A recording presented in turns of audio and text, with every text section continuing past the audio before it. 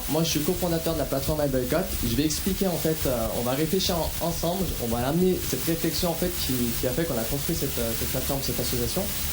Et j'aimerais bien j'espère que cela va être inspirant pour nous tous. Donc, je vais commencer par un constat qui est très simple. C'est le constat auquel on s'est attaqué. C'est, je pense, ici, dans cette salle, on a été tous, au moins une seule fois dans sa vie, scandalisés par les pratiques des grands acteurs économiques, que ce soit l'exploitation des enfants, le bien-être animal ou les désastres écologiques.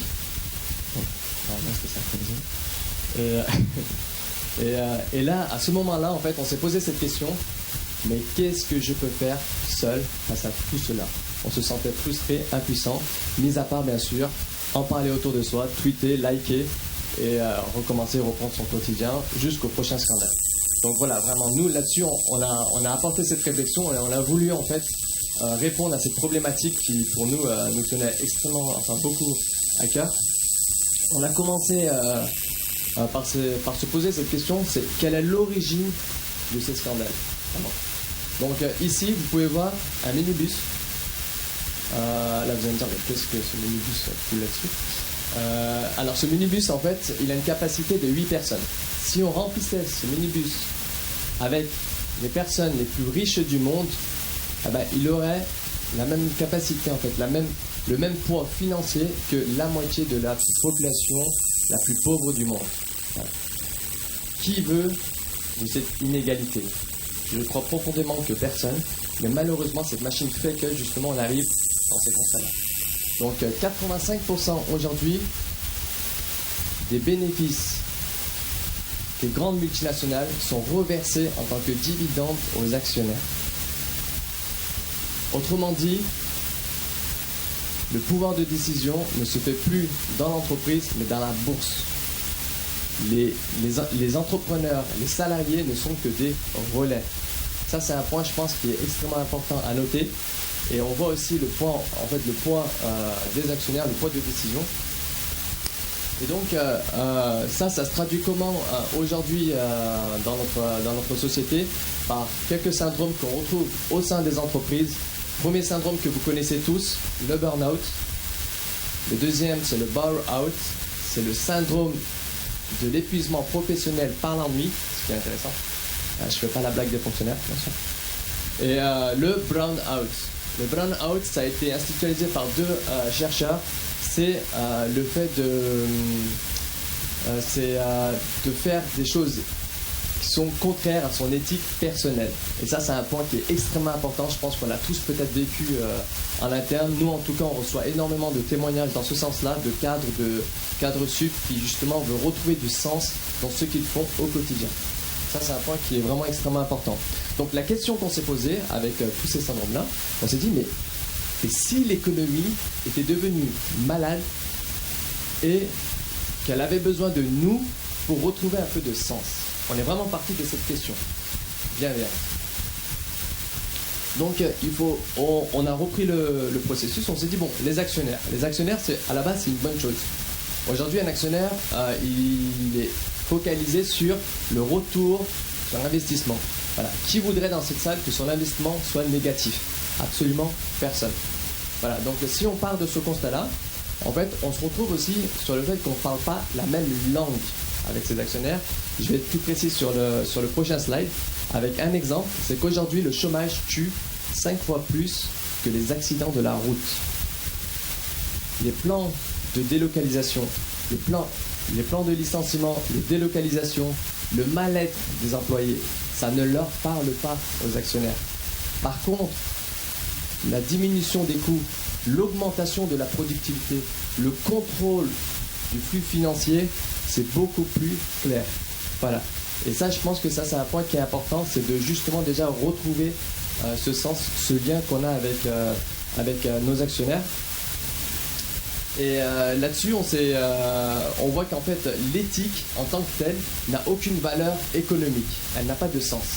Et sans éthique, malheureusement, tous les ingrédients sont réunis pour que notre société dérive par nature. C'est systémique. Voilà. Bon, là, c'est le côté pessimiste. Hein. On va arriver à la solution. Donc là, on se pose la question, qu'est-ce que je peux faire, moi, tout seul, pour agir et changer cela? Alors, il faut savoir que heureusement, fort heureusement, on est dans une société de consommation et il y a un acteur clé qu'on oublie souvent, ce sont les consommateurs. Vous êtes bien suivi là. Ce sont les consommateurs. Mais on va aller plus loin. On est tous dans cette salle consommateurs, mais combien d'entre nous est consommateur? Enfin, je pense que tout le monde aussi, si vous êtes là aujourd'hui. Mais voilà. Donc, combien d'entre nous est consommateur? Et c'est vraiment ce point-là qui est extrêmement important. Donc, déjà, le premier point qui est important, c'est dans un système sain, en fait, voilà, pour retrouver un système sain, un des éléments clés, des indices, c'est la présence de contre-pouvoirs. Voilà. Aujourd'hui, l'État, normalement, est là pour cela. C'était sans compter sur les lobbies. Est-ce que vous savez le nombre de lobbyistes qu'il y a rien qu'à Bruxelles? 2000? Ouais, bon, c'est ma femme, la triche. Alors, c'est entre 15 000 et 30 000 lobbyistes, rien qu'à Bruxelles. Et ce simple écart entre ces deux chiffres en dit très long sur tout le chemin à parcourir. Les GAFA, on peut dire même les GAFAM, donc c'est Google, Amazon, Facebook, Apple, Microsoft, en fait, sont aussi l'exemple même de cette dérive parce qu'il y a une absence totale de contre-pouvoir. Ils ont un monopole et souvent le monopole conduit à des dérives parce qu'il n'y a pas de cadre. Normalement, les régulateurs sont là et on voit aussi la présence aussi fortement des lobbies sur ces points-là. Donc, il y a déjà cette première problématique, mais il faut savoir, et là on va commencer à être optimiste, qu'il y a une faille en fait dans tout ce système. Et vous savez quel est le caillou en fait dans la chaussure de ces grandes entreprises? Eh ben, ce sont nous, les consommateurs, comme on a dit tout à l'heure, les consommateurs. Donc il y a une phrase qu'on adore et qu'on le dit souvent en fait, nous dans l'association, c'est la phrase de Anna Lapé. À chaque fois que vous dépensez de l'argent, vous votez pour le type de monde que vous voulez. Voilà ce qu'est être consommateur. C'est acheter des produits qui sont produits avec des pratiques qui partagent nos valeurs ou simplement, donc ça c'est le boycott, acheter pour des raisons éthiques, ou refuser ces pratiques et refuser de consommer ces produits, le boycott. Généralement ça donne un peu cet effet. Et je suis ce que je consomme. Cette affiche elle est extrêmement symbolique pour nous et je pense que c'est un point qui est extrêmement important à noter. On va prendre quelques chiffres pour appuyer aussi tout ce qu'on dit. C'est qu'en 2002, nous étions 24% d'Européens à acheter plus cher pour acheter responsable. Nous en sommes aujourd'hui plus du double. En France, 55%, on ne voit pas très bien, et 66% dans le monde. Avoir une consommation socialement responsable, c'est prendre en compte les conséquences publiques de sa consommation privée. Quand on parle de boycott, c'est ce que j'ai dit tout à l'heure, souvent les gens ils nous regardent comme ça. On veut dire, etc. Donc c'est pourquoi en fait, nous quand on va employer le terme boycott, il faut toujours penser au boycott bienveillant. C'est pour faire évoluer.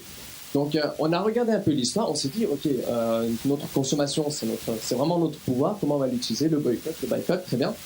Donc on a regardé un peu l'histoire. En France, on a un peu cette connotation négative. Et on a regardé un des personnages qu'il a utilisé, mais de manière magistrale, c'est Gandhi, en 1930. Vous savez pourquoi? Donc un marché du sel qui, justement, a fait plier l'empire colonial britannique, ce qui est extraordinaire. Il y a un deuxième personnage très important, Martin Luther King. Martin Luther King, en 1955, c'est le boycott des bus de Montgomery, démarré par Rosa Parks, qui a mis fin à la ségrégation raciale avec d'autres mouvements. Nelson Mandela, en 1970, qui était très suivi en fait par le boycott des oranges par les pays européens, qui a mis fin à l'apartheid. Là, on voit que le boycott et le boycott, donc notre consommation, c'est un outil extrêmement efficace, pacifique, qui est à la portée du faible économiquement et politiquement, mais du fort démographiquement, l'outil parfait du peuple. Il y a Fabrice Epelboin qui a dit « La révolution numérique va pousser les marques à interagir avec la foule. » Nous y sommes. C'est dans ce cadre-là que nous avons lancé l'association iBoycott qui réunit en fait trois piliers. Le premier, bien entendu, c'est le boycott, mais le boycott bienveillant. Et là, j'ai expliqué en quoi c'est important. Là, on voit deux personnes qui négocient. En fait, l'idée, c'est pas de nuire à l'entreprise, mais c'est de donner un droit de réponse à l'entreprise. Et ce droit de réponse va être relayé à l'ensemble des boycottants qui vont décider de manière individuelle s'ils continuent ou pas leur boycott. Ils ont un vrai jugement sur les pratiques de l'entreprise et il y a un lien direct qui est fait avec l'entreprise. Donc, et le deuxième point qui est important, c'est le boycott. C'est que les citoyens peuvent proposer les alternatives qui sont beaucoup plus éthiques, beaucoup plus durables, qui proposent plus ou moins les mêmes services. Aujourd'hui, on a plusieurs alternatives qui sont là aujourd'hui, que vous allez entendre tout à l'heure. Et le troisième levier important, c'est l'éveil. En fait, c'est l'éveil à travers nos partenaires, à travers les actions qu'on va mener sur le terrain. Donc, voilà, ça, c'était vraiment les points qui sont importants.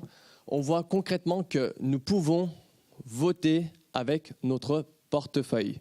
Voilà, ce dessin, il est un peu symbolique. On a une petite exposition de dessin parce que je dessine à côté. Donc, vous pouvez le retrouver là-dessus. C'est à chaque fois, c'est un coffre, en fait, coffre portefeuille. Et il faut le code éthique pour l'ouvrir. C'est vraiment le boycott. Donc, aujourd'hui, la plateforme, en un peu plus d'1 an, elle compte 80 000 consommateurs inscrits. On a déjà créé plusieurs dialogues avec des entreprises, on va le voir tout à l'heure, et des grandes victoires que nous avons réussi à avoir. On voit qu'il y a un changement de paradigme qui s'opère. Alors, c'est quoi ce changement de paradigme? Imaginons demain si on est 1 million de consommateurs à agir ensemble de manière individuelle. Qu'est-ce qui se passe? Tout d'abord, au niveau des entreprises. Les entreprises peuvent, pour la première fois, quantifier l'éthique. L'éthique, ça a un prix. Je vais vous donner un exemple. Vous êtes dans une assemblée générale des actionnaires. Autrefois, on va dire, bon, les amis, cette année, on passe de 2% de rendement à 10% de rendement. Tout le monde trouvait ça génial. On n'a pas besoin d'aller voir plus. Demain, on va dire, on peut passer à 10% en délocalisant. Tiens. Mais par contre, cela a des risques. C'est des risques, en fait, entre guillemets, de mobilisation citoyenne, de boycott notamment, qui peut faire réduire notre rendement en dessous de 2%. Mais déjà, pour toucher ce niveau-là, il faut être nombreux. Mais voilà, donc là, l'éthique va commencer à parler à ces personnes-là. Et c'est là qu'en fait, ça va être extrêmement important.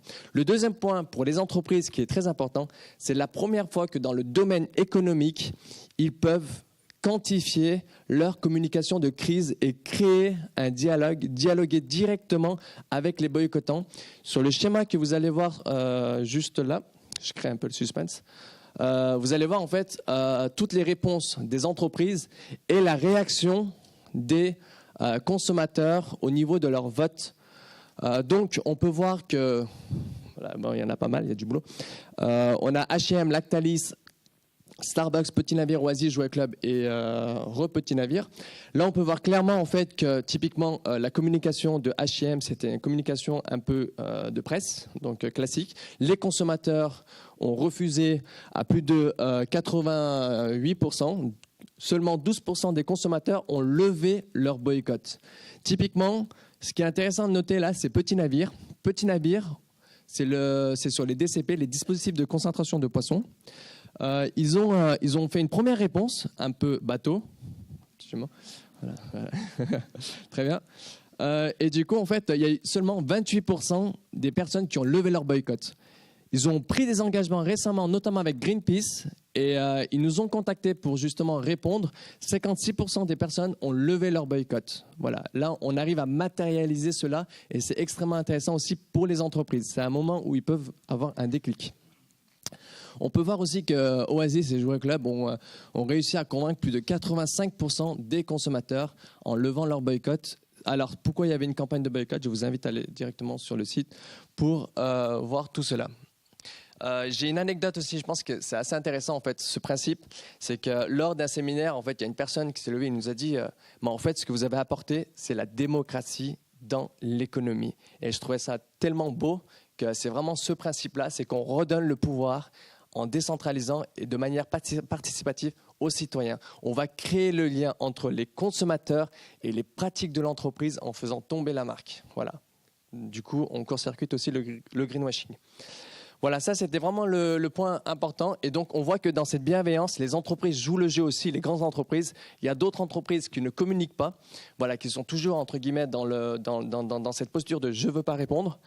Et c'est comme Martin Luther King l'a très bien dit, la non-violence est une épée qui guérit. Voilà, ça je pense que c'est un terme qui est extrêmement important et qui incarne aussi notre volonté d'apporter ce cadre bienveillant pour faire évoluer les entreprises. Le deuxième point, alors, le deuxième acteur sur qui il y a un changement de paradigme, entre guillemets, ce sont les consommateurs. Le consommateur n'est plus seul. Il est dans une dynamique de groupe. Typiquement, le boycott à travers une plateforme numérique, c'est une action collective, donc la plateforme, individualisée, parce que c'est un contrat moral. C'est vous qui décidez avec votre carte bleue si vous voulez consommer, acheter un produit ou pas. Voilà, c'est vraiment la symbiose entre les deux qui fait qu'on arrive à retrouver ce terme action collective individualisée. Je pense qu'il faut le souligner. Et je vais donner un exemple qui était super intéressant. C'est un retour qu'on a eu d'une consommatrice qui participait à une campagne. C'est une consommatrice en fait qui a envoyé les produits qu'elle avait déjà achetés en fait de Petit Navire au directeur marketing de Petit Navire. Donc je vous demande de vous mettre quelques instants à la place de ce directeur. Donc il y avait une jolie lettre qui était accompagnée qui se dit mais malgré les millions dans la publicité, aujourd'hui une consommatrice fidèle cliente depuis 10 ans, au-delà de refuser d'acheter des produits, refuse de consommer les produits déjà achetés et m'envoie ses produits, quoi. Donc voilà, là vraiment il y a un déclic. L'éthique commence à lui parler. Et ça, c'est un point qui est important. Et c'est vrai que cette image, je l'ai gardée, je me suis dit, je vais l'utiliser un jour, c'est sûr. Et c'était l'occasion. Voilà. Donc, on voit aussi que clairement, il y a un acteur puissant qui a émergé. C'est un acteur aussi qui va influer au sein même des entreprises. Parce qu'il faut savoir, ce n'est pas parce qu'on travaille à la Société Générale ou dans une autre entreprise qu'on est forcément une personne, voilà, on ne veut pas être dans cette vision-là. C'est qu'en interne, dans les entreprises, il y a des personnes qui justement veulent faire évoluer les pratiques des entreprises. Mais malheureusement, il n'y a pas ce pouvoir. Comme on a vu tout à l'heure, c'est à cause du pouvoir aussi externe, la pression exercée par notamment les actionnaires. Là-dessus, en fait, les consommateurs, ils ont le rôle d'apporter ce soutien au sein même des intrapreneurs, des entreprises, pour créer des cellules de guérison au sein des entreprises. Donc là, typiquement, on voit que le consommateur devient consommateur. Et il y a un autre acteur qu'on oublie aussi souvent, on a dit les entreprises, on a dit les consommateurs, ce sont les ONG. Aujourd'hui, quand une ONG, entre guillemets, va lancer une opération de com ou une campagne contre une entreprise, on est typiquement dans un rapport de force. C'est celui qui va faire le plus de bruit au niveau médiatique pour faire plier l'autre. Là, ce qui se passe et ce qui va être intéressant, c'est que iBoycott, c'est un outil. L'ONG va s'en saisir. Aujourd'hui, la plus grande campagne qui est lancée, c'est sur Marineland. C'est Sea Shepherd France qui l'a lancée. Typiquement, on va inclure les citoyens comme partie prenante aussi de la campagne. C'est un point qui est important et ça permet aussi d'apporter un rôle de médiateur à l'entreprise et les ONG vont être là en tant qu'expertes sur le terrain pour faire remonter les informations et donner la main aux citoyens pour dire c'est à vous de juger, c'est vous entre guillemets, qui avait le pouvoir et qui peut exercer un réel pouvoir, entre guillemets, sur ces entreprises-là. Donc là-dessus, en fait, on a l'association VIDA qui a réussi, en fait, c'était intéressant, je pense, je vais donner l'anecdote. Le boycott bienveillant est une révolution dans notre rapport avec les marques et incarne un outil puissant pour appuyer nos combats. Ils ont réussi à faire évoluer Orangina, donc Oasis, et Jouet Club. Et en fait, ces deux entreprises étaient sponsors principales des Cirque Panda qui exploitaient des animaux sauvages. Et après, du coup, il y avait pas mal d'autres sponsors. On a dit quand même à l'association Vida, faut pas tous les faire. Voilà, faut plutôt engager un dialogue. Et typiquement, eux, en fait, une des responsables, en fait, d'Orangina, en fait, ils ont répondu dans la journée, alors qu'avant, elles avaient aucun pouvoir, en fait, les mails, le nombre de mails qui étaient envoyés, qui ne retrouvaient pas de réponse. Et là, on voit qu'il y a quand même un changement de paradigme dès que le consommateur, en fait, rentre sur scène. Donc, le premier point et le dernier acteur, en fait, le dernier acteur qu'on a oublié, ce sont les lobbies. qu'on a cités au début. Alors, les lobbies, tout simplement, ils sont complètement court-circuités. Et on ne va plus, entre guillemets, c'est beaucoup plus facile de dîner avec quelques élus pour avoir le voix que dîner avec 40 000 consommateurs qui boycottent réellement de manière bienveillante une entreprise. Donc, je vous invite à boycotter seul, c'est bien. Ensemble, c'est le contre-pouvoir. Avec bienveillance, c'est le changement. Merci beaucoup. Rendez-vous sur iBoycott.